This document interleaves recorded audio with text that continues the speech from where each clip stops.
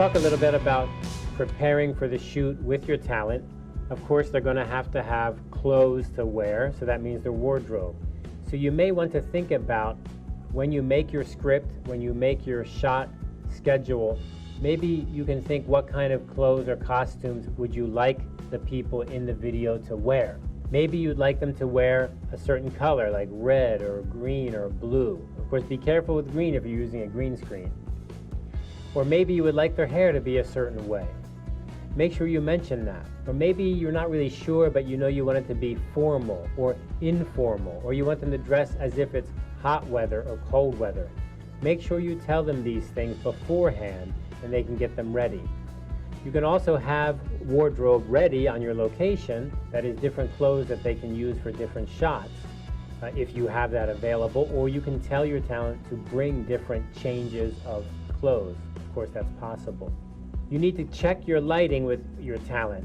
Every talent has a different kind of look or complexion or color of their hair or the clothes they're wearing. So you need to check the lighting for that person and make sure it's working. You need to be very clear about the body position in the shot. And this is something people often forget about. You need to tell your actors where to stand, where to turn, where to look, and where to walk. Otherwise, they're going to make it up, and that may not be the way you want. Now, one thing that I often talk about that bothers me a lot is headspace.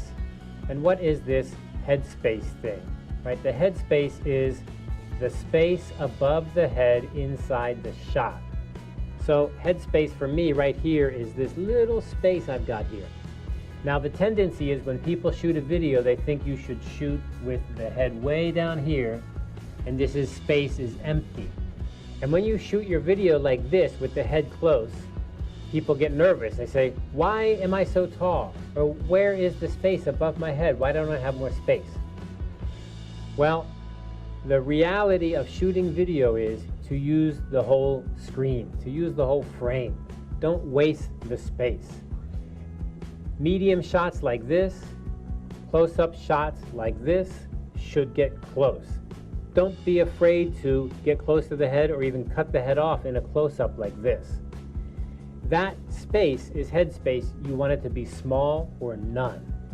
You want to get a nice clear face shot, or you want to get a medium shot, but you don't want to be showing a bunch of top. That's wasting space. Very amateur mistake people make.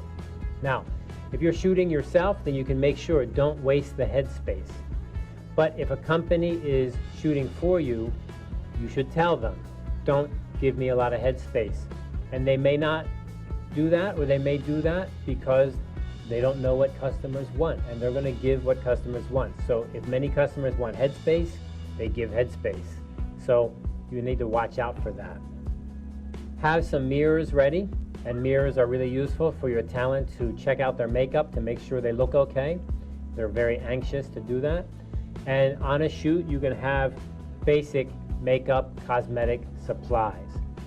Now, you don't need to be an expert, but there are some basic cosmetics you can keep with you, such as the fabric to get oil off of the skin, the paper that can help clean off your skin, the base foundation to help the complexion or to take away pimples or other red spots or spots on the skin.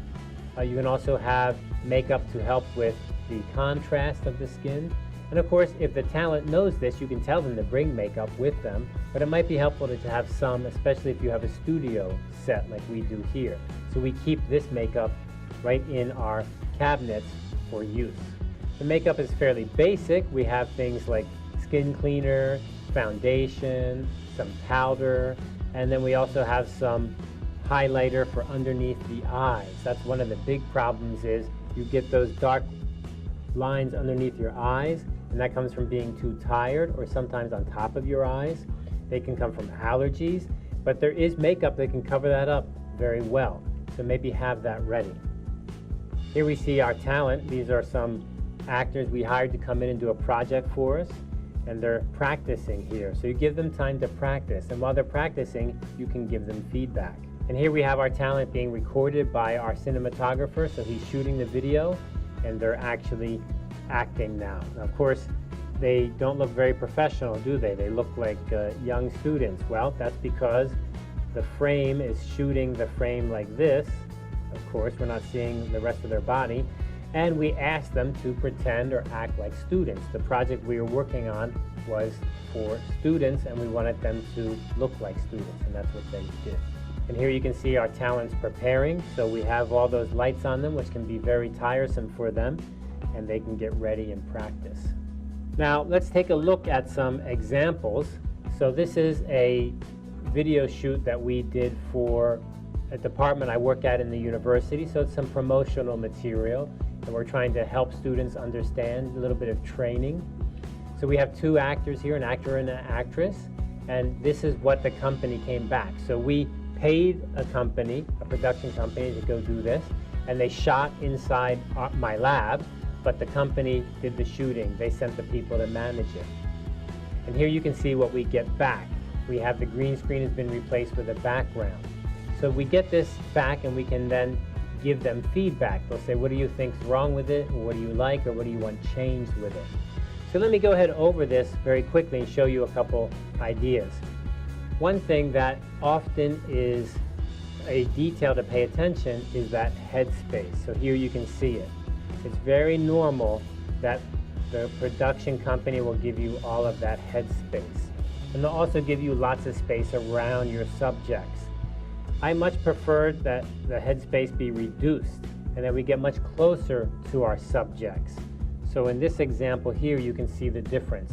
I think that this shot is much better, and this shot is not that great. Now there's other things to change here, such as the focus and the background is not that great, but we'll just talk about framing for now. Here's another example. So the production company has given us this shot, and it seems to me that the headspace for a close-up is just too much. I'd rather have this head cut off a little bit and get much closer, because after all, this actor, he's acting. When you're far away like this, the face becomes small, very hard to see. But when you're close up, when you're close in, you can see the face much better. And the actor, they're acting. That's the whole point. And I really like this, getting the facial expression so you can see it. You can feel what they're feeling. Much more helpful. After all, if you pay for an actor or an actress, you might as well get what you pay for, which is that emotional feeling. Here's another example. So this was the B shot compared to the A shot, right? So shot, counter shot. So first we're looking this way, and now we're looking this way. And this was the shot back from the company. It seemed to me like just too much space here for no good reason. I wanted to get much closer on the face. So I think that's a much better shot, and this is not such a great shot.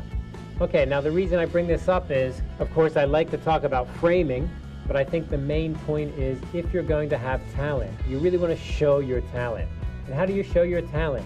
Not by having them far away and showing their body, but having them close up and showing their face. The emotion is what actors are good at. So if you pay for an actor, use them. Get the most you can out of them by having that very tight shot and not having a lot of head space. Okay, so in the end, we ended up also giving our production company some feedback. So we sent this to them saying, look, we want every scene to look like this. We want to have this medium shot, and then we want to go to a shot of him, or go to a shot of her in a close-up, and then switch the other way around, from him to her or her to him, and then end up at the bottom with the establishing shot again of them talking together. So we send this back to the production company, and then they change their editing and change their framing to match what we want. Okay, so that's working with talent. It's really great to work with talent. Don't be afraid. And if you have some budget, don't try to save money on something that's so important. Everyone will tell you, don't worry. Just get some students to shoot the video. No problem. It's easy. My students are happy to do it. But my answer would be the quality you're going to get from actors and actresses that you pay, and it's not super expensive. You might be surprised. It's very reasonable. But the quality you get is much better. And you get it in more than one way. You get it in the time you save because they're professional. They don't waste time. They don't sit around not knowing what to do. They don't have a bad attitude. And you also save money because you're getting a great value. So I would suggest go with professional talent whenever you can. Good luck with your production.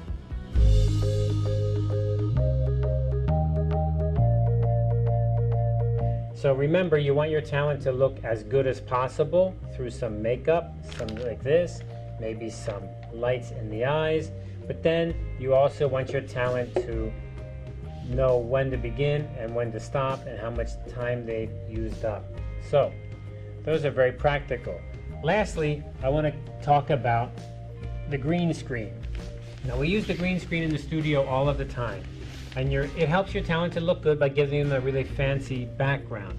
And one thing we can do is have a green screen like this that we can carry around. It's pretty small. It's in a bag. It opens up. Now I'm showing you the blue side. This screen has two sides, a blue side and a green side. But if I show you the green side, it'll be transparent because I'm using a green screen behind me. So that's not going to work. But the blue you can see. So you can carry this with you, and it opens up to be as tall as a person. So very handy to have that. Now, of course, how's that useful for your talent? Well, if you go somewhere to shoot your video, and maybe it's inside, maybe it's in the studio, or maybe it's in a little room, you can use the green screen behind them to help give a better look and to make them feel more confident and to look better rather than a crappy background or something that looks very dull or boring. Okay, so those are ways in the studio and also outside that you can help your talent to be their best. So good luck with your shoot.